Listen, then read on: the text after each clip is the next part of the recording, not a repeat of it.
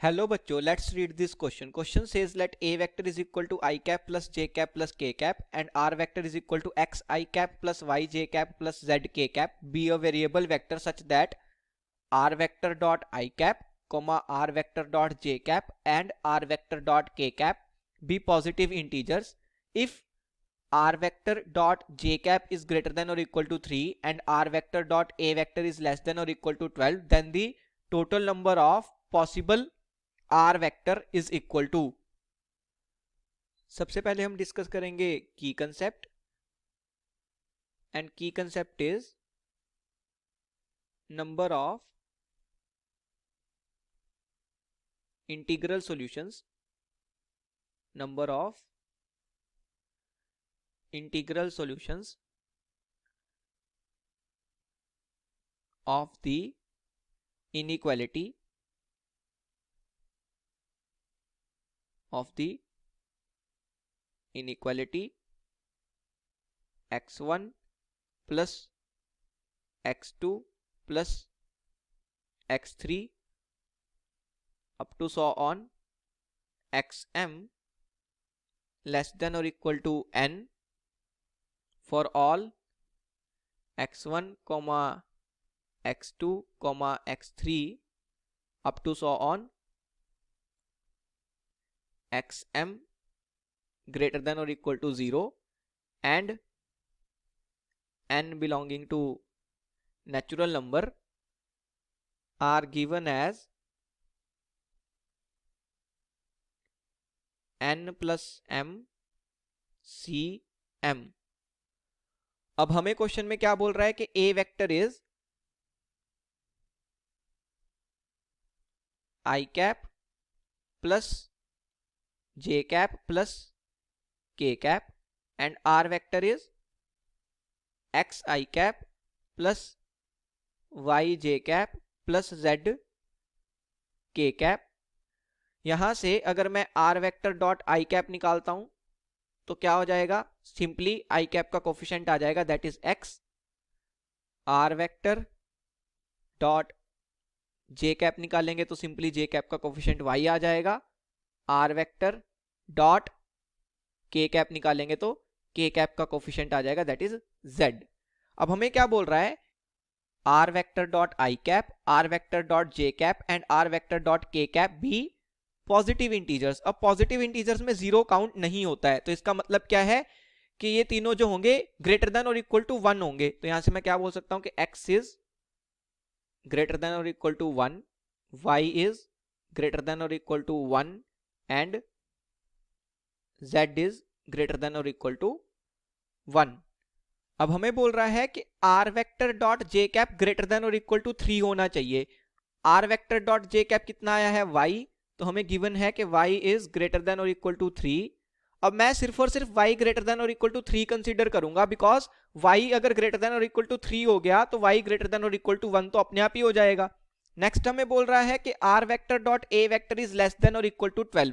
तो r vector dot a vector हम निकालेंगे. कैसे निकालेंगे, देखो सबसे पहले i कैप के कोफिशिएंट्स आपस में मल्टीप्लाई होंगे तो x इंटू 1 x आ जाएगा. फिर j कैप के कोफिशिएंट्स आपस में मल्टीप्लाई होंगे तो y इंटू 1 y आ जाएगा. प्लस k कैप के कोफिशिएंट्स आपस में मल्टीप्लाई होंगे तो z इंटू 1 z आ जाएगा. ये मेरे पास क्या आ गया, r vector dot a vector less than और इक्वल टू 12. ओके, तो अब मैं क्या बोल सकता हूं कि मेरे पास x क्या है, ग्रेटर देन और equal to 1, y greater than और equal to 3 and z greater than और equal to 1. x plus y plus z less than और इक्वल टू 12. और ये जरूर ध्यान रखना है कि x y और z क्या है, इंटीजर्स हैं. हमसे पूछ रहा है total number of possible r vector. अब r वेक्टर तो उतने ही पॉसिबल होंगे जितने यहां से मेरे को इस इनइक्वालिटी के सॉल्यूशंस मिल जाएं, प्रोवाइडेड एक्स वाई जेड क्या हो, इंटीजर्स हो. मतलब इस इनइक्वालिटी के मेरे को इंटीग्रल सॉल्यूशंस मिल जाएं, उतने ही मेरे number of possible r vector हो जाएंगे. अब यहां से देखो x ग्रेटर देन और इक्वल टू 1 है तो मैं क्या बोल सकता हूं, x minus 1 is greater than और इक्वल टू 0.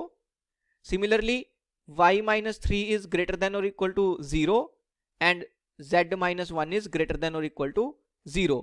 तो यहां से मैं क्या करूंगा, x माइनस 1 को एज्यूम कर लेता हूं x1, y माइनस 3 को एज्यूम कर लेता हूं x2 एंड z माइनस 1 को एज्यूम कर लेता हूं x3।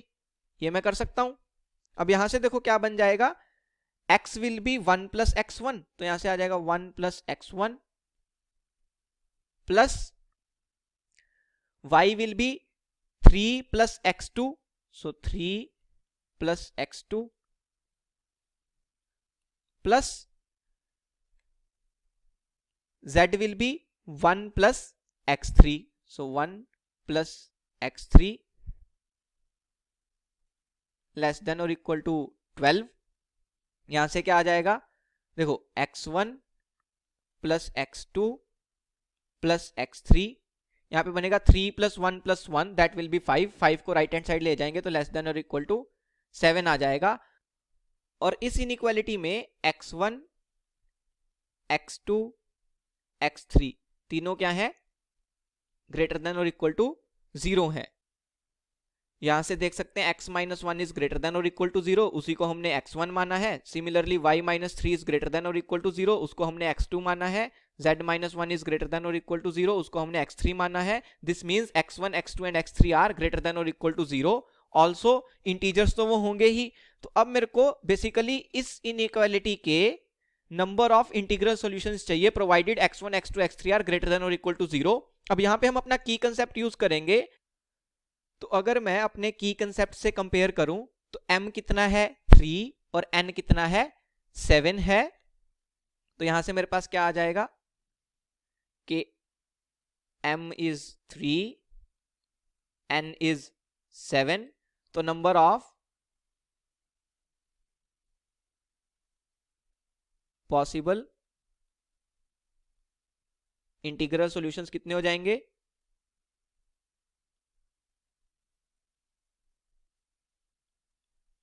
वो हो जाएंगे मेरे पास n plus m that will be 10 c m, m is 3, so 10 c3।